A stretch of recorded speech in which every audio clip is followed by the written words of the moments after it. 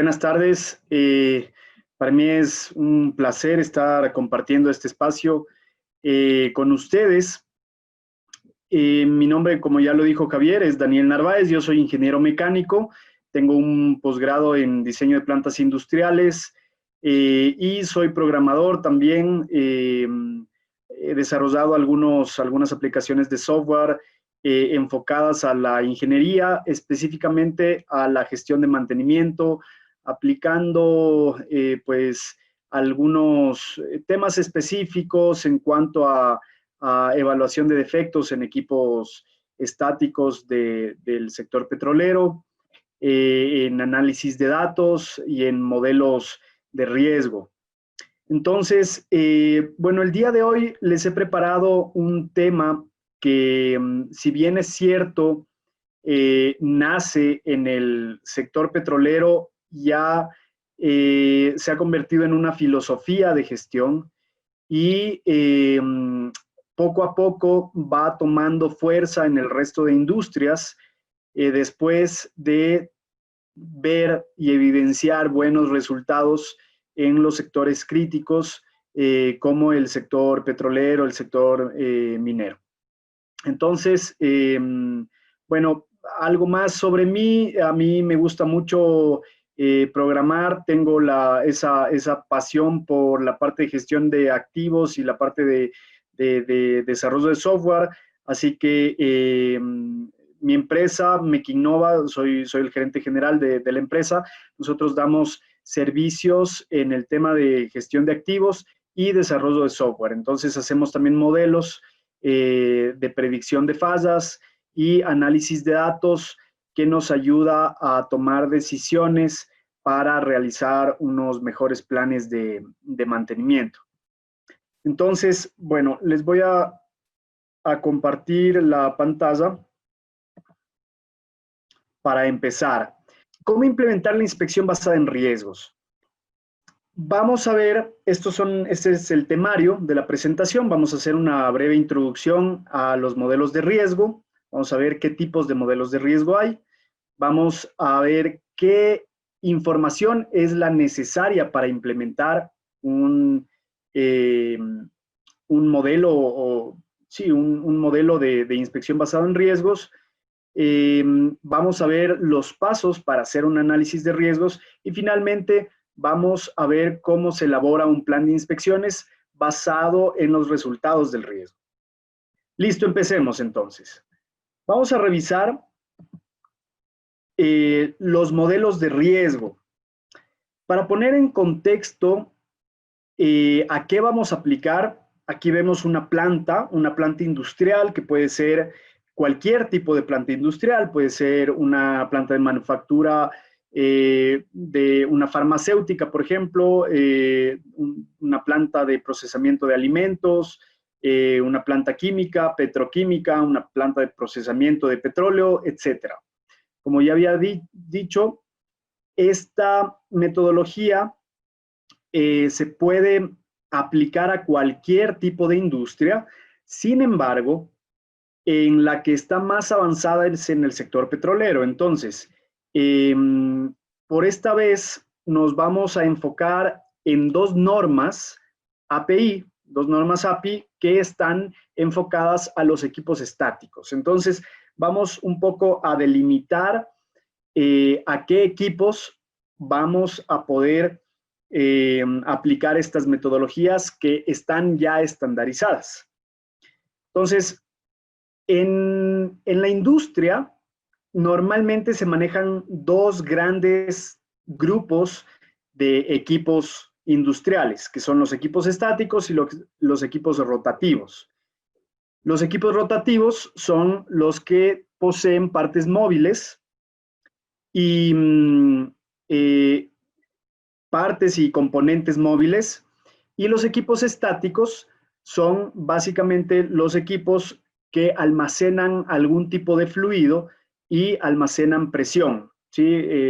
Cualquier tipo de presión, incluyendo los tanques atmosféricos, que si bien es cierto, están a presión atmosférica, contienen una columna de fluido que ejerce presión también sobre las paredes. Entonces, se considera equipo estático y se considera una cierta presión también donde puede ocurrir alguna fuga de fluido.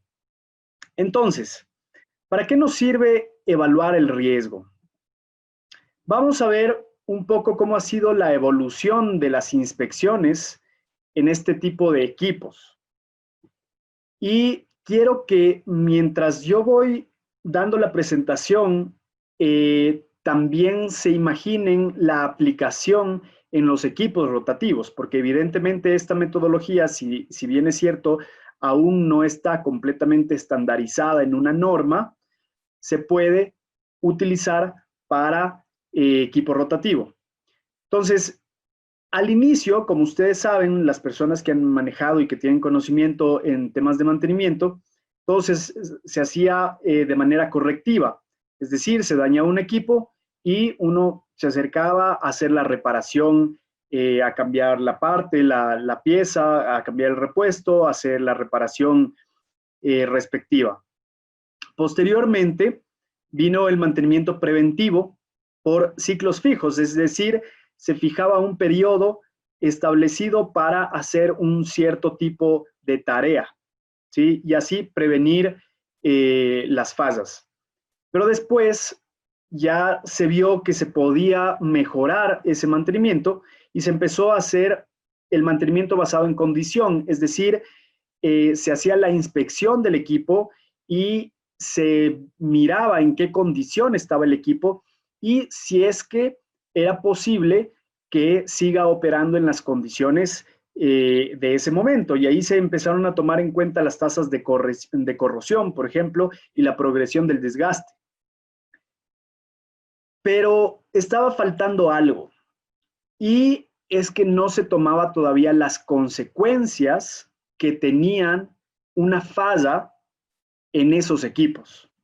Entonces, si bien es cierto, se analizaba la condición del equipo y se establecía incluso una probabilidad de falla, todavía faltaba el complemento que me permita decidir qué tan crítico era una falla en ese equipo, porque evidentemente una falla en una bomba de un cierto sistema no era lo mismo que una falla en una bomba muy pequeña de un sistema utilitario, por ejemplo, de servicio de agua, ¿sí? Entonces, acá ya empezaron a tomar en cuenta la consecuencia. ¿Qué consecuencia me produce esa falla? Y ahí empezaron a planificar el mantenimiento basado en el nivel de riesgo que tenía cada equipo. Entonces, una vez que se hicieron muchos estudios, se levantó mucha información de toda la industria mundial, se empezó a estandarizar ya la API, creó una norma, la API 580, en donde se normaliza ya toda la metodología de cálculo, todos los conceptos, y finalmente saca otra norma que es la API, o prácticamente recomendada en realidad, que es la API 581, donde ya establece ciertos algoritmos de cálculo del riesgo. Ahora, viendo un poco, hablando un poco de definiciones, dentro del riesgo, normalmente se habla de un peligro, que hay que identificar los peligros y las amenazas dentro de un sistema. Entonces, un peligro o una amenaza es toda fuente potencial de daño, es decir, lo que me va a causar una falla. Y un riesgo, en cambio, es ya una medida probable, es poner en una medida ya asimilable, ¿cuál es la medida del daño probable? ¿Sí? Es decir, ya tenemos una probabilidad de falla y tenemos una consecuencia de falla, y eso me arroja, el producto de esas dos variables me arroja un riesgo. ¿Y por qué aplicar esta metodología? Bueno, la inspección basada en riesgo tiene muchas ventajas. Una de esas ventajas es que aplicar la metodología nos da ya un ranking del riesgo de todos los equipos, ¿sí? Entonces, yo puedo ya agarrar todos los equipos de mi planta o de mi proceso y rankear y determinar cuáles son los equipos con mayor riesgo para enfocar los recursos a esos equipos. Y en función de ese ranking, yo puedo ya generar un plan de inspección que va a ser implementado en cada componente. Y este plan de inspección, evidentemente, me va a generar el plan de mantenimiento. Me va a generar unas tareas de reparación o me va a generar unas tareas de mitigación de consecuencia o me va a generar unas tareas de rediseño o de mejora en el diseño, ¿sí? Y estamos medidas de mitigación y tenemos la identificación de conductores de riesgo. Entonces, los conductores de riesgo son la causa raíz de los problemas. A través de esta metodología, en conjunto con otras herramientas, como por ejemplo el análisis causa-raíz, me permite saber quiénes son o qué es lo que me está elevando el riesgo en mis equipos, ¿sí? Esta es una gráfica muy común, está tomado de la práctica recomendada API 580, en donde se ve y se compara el riesgo en el eje Y versus el nivel o la cantidad de inspección que se hace a los equipos, que va reduciendo el riesgo a medida que aumentan las inspecciones. Pero la diferencia es que en la curva superior,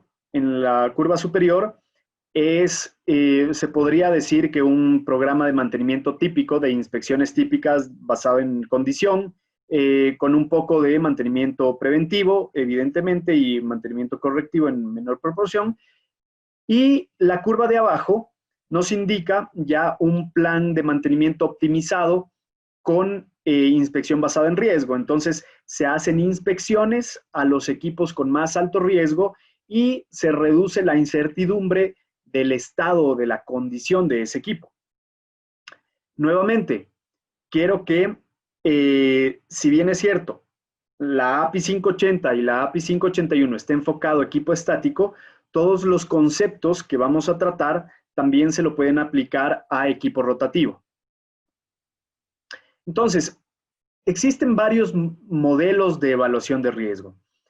Hay un modelo de riesgo que es el más sencillo, que es un modelo cualitativo, donde se ubica el riesgo en una matriz, ¿sí? Y es fácil de asimilar el resultado, y normalmente los resultados a nivel gerencial se presentan en este tipo de matrices, que ya vamos a ver más adelante.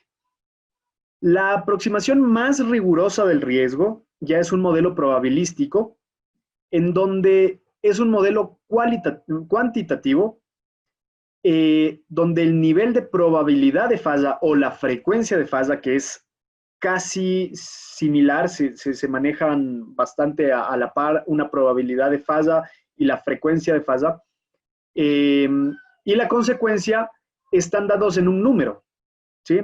Entonces, por ejemplo, la probabilidad de falla podemos estimarla en frecuencia, es decir, el número de fallas al año que tiene un equipo, y la consecuencia lo podemos determinar en dinero, ¿sí?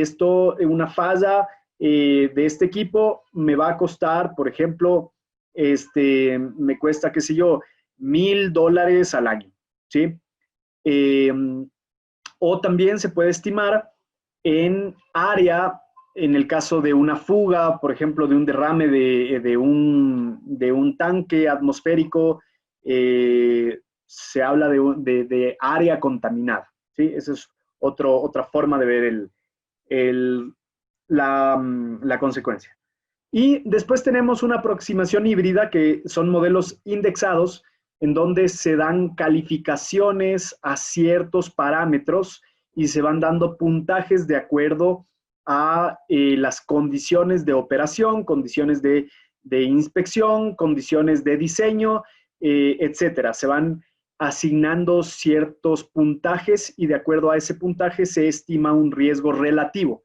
En ese caso no se aproxima mucho a la realidad, pero se tiene una línea base para comparar la mejora a través de los años. Y este es un modelo de matrices, esta es una matriz de riesgo en donde en un eje tenemos la probabilidad de falla y la consecuencia de falla, y tenemos, digamos, en modelo cualitativo son cualidades, ¿no? O adjetivos, es alto, medio, bajo, y nosotros podemos ubicar el resultado del producto de la consecuencia y la probabilidad en estos casilleros. Entonces, todos los casilleros en verde tienen un riesgo bajo, en amarillo medio y en rojo un riesgo alto. Ahora, yéndonos un poco más a detalle de la probabilidad de falla, la probabilidad de falla es la probabilidad de ocurrencia de una consecuencia específica por pérdida de fluido, dando un determinado mecanismo de daño. Este concepto va muy de la mano de la API 580, nuevamente, y la API 581 enfocado a equipo estático, porque en esta práctica recomendada se considera que estos equipos, o más bien dicho, la consecuencia va a ser producto de una fuga, ¿sí? De una fuga de fluido. Entonces, esta fuga de fluido va a tener una determinada consecuencia. En los modelos cualitativos, por ejemplo, existe una probabilidad alta, media o baja, y en los modelos cuantitativos existe una probabilidad, por ejemplo, en términos de frecuencias, llamémoslo, de menor a una milésima, bueno, más bien dicho, es 0.001 fallas por año, ¿sí? Que en realidad está expresado en probabilidad. Y siendo alto, por ejemplo, mayor a 0.1 fallas por año. Que en términos anuales vendría a ser más fácil el último, para que se entienda mejor. Podemos decir que es una falla cada 10 años, ¿sí? El más alto. El medio sería una falla cada 100 años o una falla cada 1.000.000 de años, ¿sí? O sea, es una probabilidad muy, muy, muy pequeña. Entonces, esto es solamente un ejemplo, pero la frecuencia se la pone en esos términos. La consecuencia de falla vendría a ser el impacto que tiene en cada equipo una potencial pérdida de contención de fluido, dice. Este es el concepto preciso de API 580, ¿sí? Sin embargo, conceptos parecidos se los puede aplicar a equipo rotativo. Y básicamente, dentro de las consecuencias se toman 3 tipos de consecuencia o 3 tipos de impacto. El primer impacto es impacto sobre la salud y la seguridad de las personas, ¿sí? El otro tipo es el impacto al medio ambiente y el otro tipo es el impacto económico. Entonces, se hace un análisis de los 3 impactos, se establece una consecuencia de cada uno y luego se suma para establecer la consecuencia final. Y luego tenemos la consecuencia de falla. ¿Qué tipo qué es lo que vamos a tomar en cuenta para establecer la consecuencia de falla? Entonces, aquí tenemos, en el caso de equipo estático y de API 580, tenemos eventos inflamables, por ejemplo. En el caso de recipientes a presión, en el caso de hidrocarburos en general, tenemos eventos inflamables, tenemos los derrames tóxicos, tenemos derrame de cualquier otro tipo de fluido, consecuencias medioambientales, tenemos consecuencias por interrupción de negocio y el impacto por mantenimiento o reconstrucción del equipo. Entonces, todos estos factores se analizan dentro de los cálculos para establecer una consecuencia de falla final. Y acá están las principales referencias en el sector de los hidrocarburos, que es la API 580, Risk Based Inspection, que es una práctica recomendada. Está también la ASME, tiene un documento bastante completo también, que es la PCC3, Inspection Planning Using Risk Based Methods, que es un documento bastante similar al API 580, que es conceptual. Sin embargo, el ASME PCC3 tiene algunas tablas adicionales en temas de corrosión y en otros temas un poco más detallados. Y por otro lado, en Europa es bastante conocido el Purple Book, que habla de las evaluaciones cuantitativas de riesgo. Son unas guías para establecer una evaluación cuantitativa de riesgo. Ahora, en un modelo cuantitativo, como ya les había explicado antes, esto es lo que vamos a tener básicamente. Sabemos que el riesgo, ¿sí? El riesgo, uno de los conceptos principales, es que el riesgo es igual a la probabilidad de falla por una consecuencia específica, ¿sí? De un mecanismo de daño específico.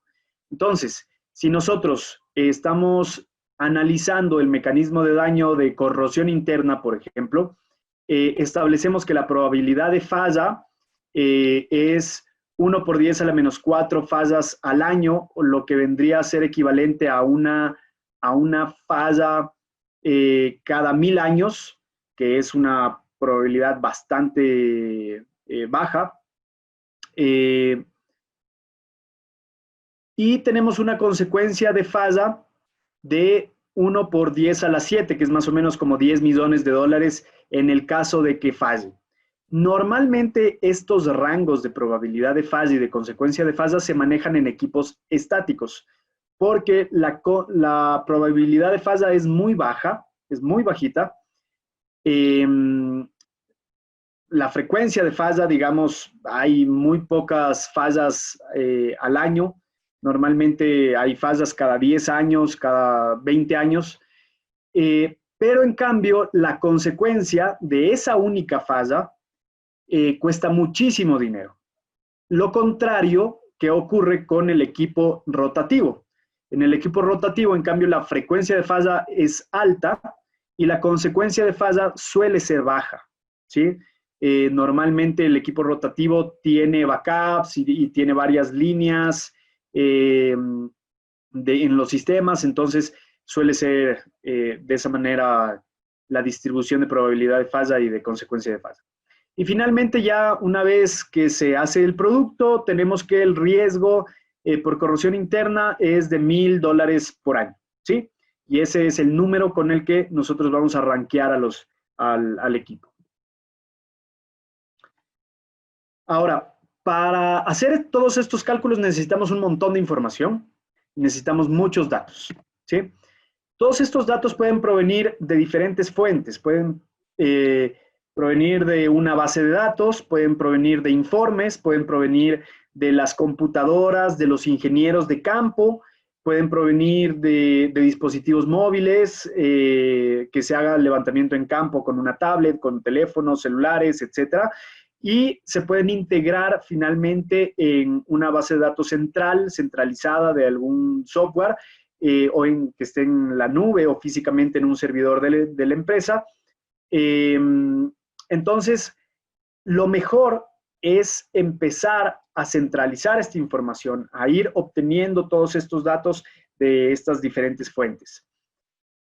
Parte de la información que se necesita para poder implementar un modelo de inspección basada en riesgos son los PNIDs, que son los diagramas de tubería e instrumentación de los procesos, las condiciones de operación, los datasheets de los equipos, los registros de las inspecciones anteriormente realizadas, el histórico de fallas.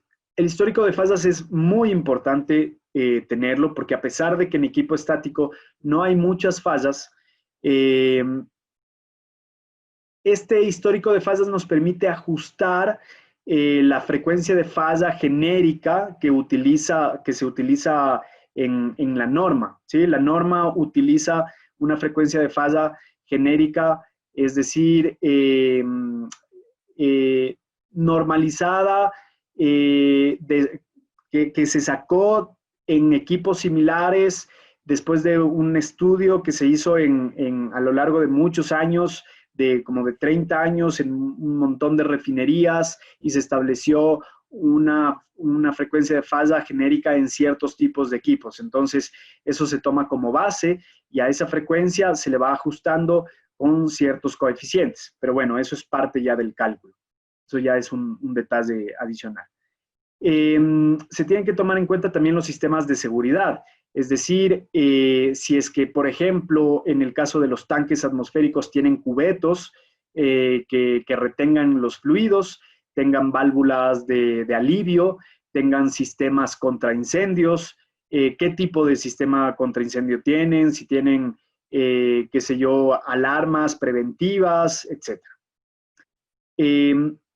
Otra información muy importante es la densidad del personal, porque en el caso de que se dé una explosión, por ejemplo, necesitamos saber cuánta gente puede resultar herida en esa explosión. Entonces, necesitamos saber cuánta densidad de personal está en la planta.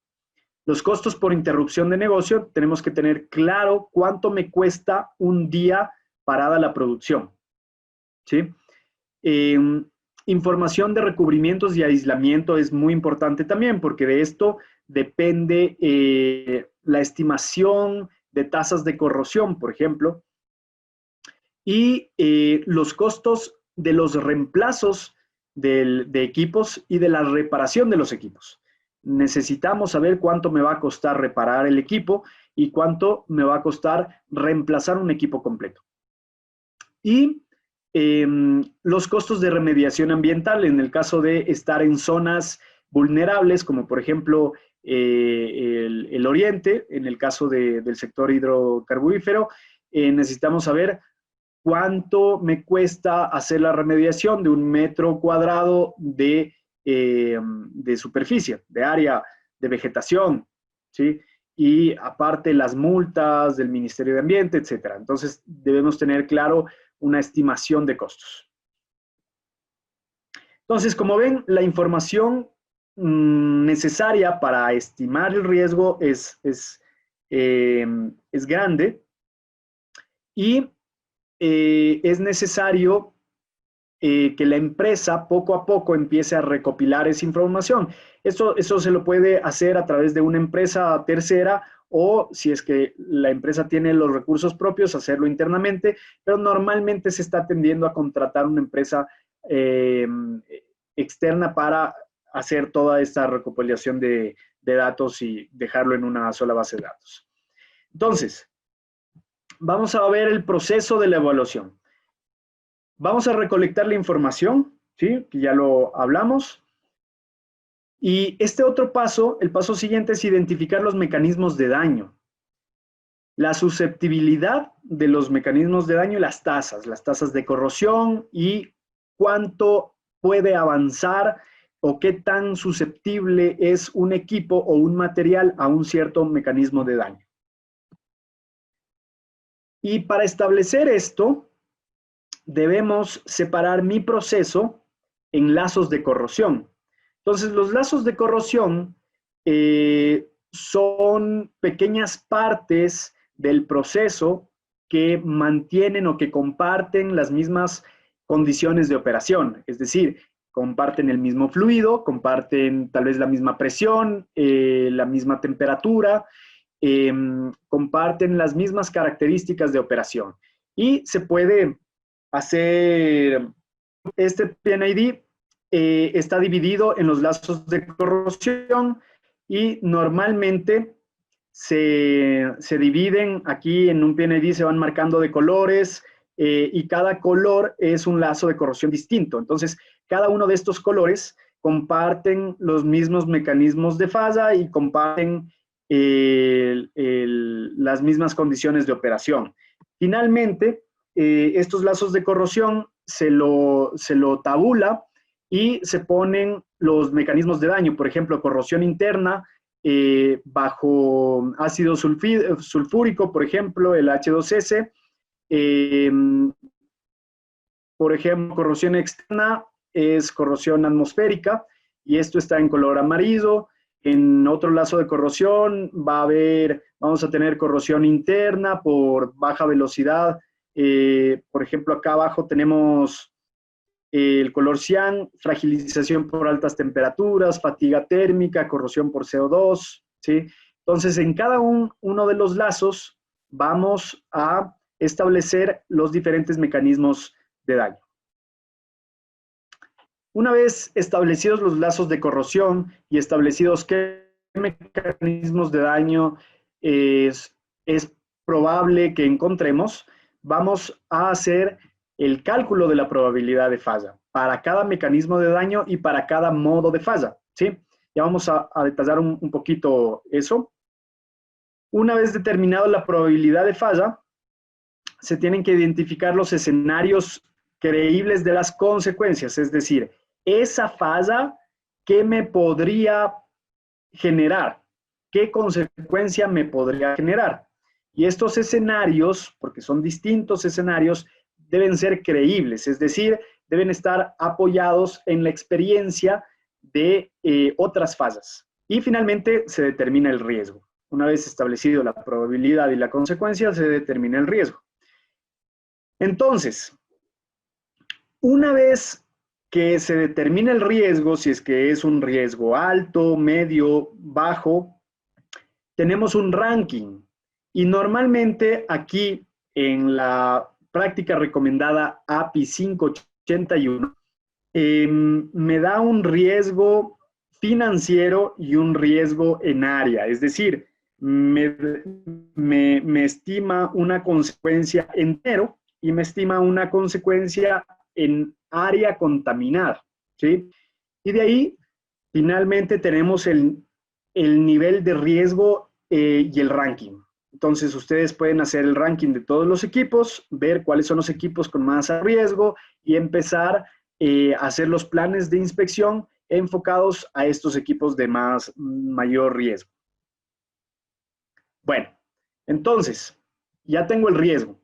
Supongamos que hicimos ya todos esos cálculos, aplicamos la práctica recomendada API 581, que es donde están todos los cálculos y algoritmos. Finalmente, todos los números y todo el nivel de riesgo de cada equipo. Bueno, ¿y ahora qué? Hacemos el plan de inspecciones, ¿sí? Ahora, ¿qué debe contener un plan de inspecciones? Un plan de inspecciones debe contener la técnica, es decir, ¿qué técnica de inspección voy a utilizar? Si es que es inspección visual, si es que es ultrasonido, en el caso por ejemplo, de equipo rotativo, podemos poner, qué sé yo, termografía, inspección, un análisis de vibraciones, etcétera. Luego vamos a poner la frecuencia de inspección. ¿Cada cuánto vamos a realizar esa inspección? ¿Cada 6 meses? ¿Cada mes? ¿6 meses? ¿1 año? ¿3 años? ¿10 años? Etcétera. El porcentaje de inspección, es decir, si es que es medición de espesores, por ejemplo, ¿cada cuánto o qué porcentaje de mi equipo voy a medir? ¿Sí? ¿Y qué técnica voy a utilizar? También se deben colocar los Condition Monitoring Location. Esto es específico para equipos estáticos y normalmente estos son unos puntos que están ubicados en los equipos, ya sea recipiente a presión o tuberías de procesos o tanques, donde se establece la medición de espesor. Entonces, todas las veces que yo haga medición de espesores, vamos a medir en el mismo punto para establecer la tasa de corrosión, es decir, cuánto ha perdido en un determinado tiempo. Criterios de aceptación. En el caso de equipo estático, tenemos criterios de aceptación bajo API 510, bajo API 653 para tanques atmosféricos, API 570 para tubería. Y en caso de evaluación evaluación de defectos, por ejemplo, API 579. Ahora, estas normas, la API 510, 653 y 570, correspondiente a cada uno de los tipos de equipo estático, llámese tanques, tuberías y recipientes a presión, me establece que la frecuencia de inspección se debe hacer a la mitad de tiempo de la vida remanente, ¿sí? Pero cada una de estas normas me dice que si es que yo aplico la metodología de inspección basada en riesgo, yo puedo variar eso y puedo disminuir o aumentar, ¿sí? Entonces, de acuerdo a los resultados, puede ser que la frecuencia de inspección sea mayor o menor. Ahora, los mecanismos de daño tienen que estar establecidos, es decir, ¿qué mecanismos de daño se pueden producir en estos equipos? Ya sea corrosión, ya sea fisuras, ya sea, bueno, cualquier otro mecanismo de daño, pérdida de espesor, por ejemplo, he puesto ahí por corrosión, y el nivel del personal especializado, es decir, ¿qué tipo de personal me debe hacer cada inspección? Si es que es medición de espesores, tiene que ser un inspector nivel 2 en ultrasonido. Si es que es radiografía, igual. Si es que es la inspección del recubrimiento, tiene que ser un inspector NACE, SAPE, etc. ¿Sí? Ok.